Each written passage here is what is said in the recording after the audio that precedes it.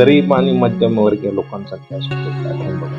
उत्पन्न आले आणि लगेच खर्च, एक्सपेन्सेस, लायबिलिटी, मोठी गाडी, मोठे घर, तुमच्या कर्जाचे हप्ते कधीच संपत नाही.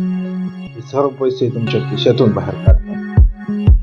तुमच्या पगाराचा प्रत्येक रुपया फक्त तुमचे कर्ज आणि खर्च भागवण्यासाठी जातो. तुम्ही पैशासाठी काम करता. रॉबर्ट कियोसाकीच्या रिच डॅडने फक्त एकच गोष्ट शिकवली: मालमत्ता आणि देयता यातील फरक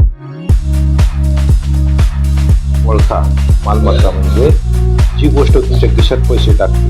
देयता म्हणजे जी गोष्ट तुमच्या खिशातून पैसे काढून घेते. श्रीमंत लोक पगाराच्या पैशातून खर्च करण्याची मालमत्ता खरेदी करतात आणि मालमत्ता त्यांच्यासाठी अधिक उत्पन्न निर्माण करतात.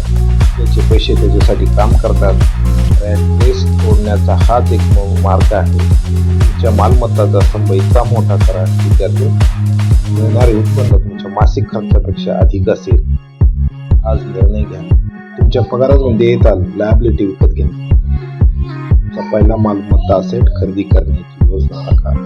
भलेही ते लहान असली तरी चालेल. ज्ञान मिळवा, गुंतवणूक शिका, आर्थिकदृष्ट्या साक्षर व्हा आणि आजच या क्षणापासून त्या रॅट रेसमधून बाहेर पडण्याची तयारी सुरू करा. तुम्ही पैशासाठी काम करणारे नाही, तर पैशाला तुमच्यासाठी काम करायला लावणारे मालक आहात. सुरुवात करा.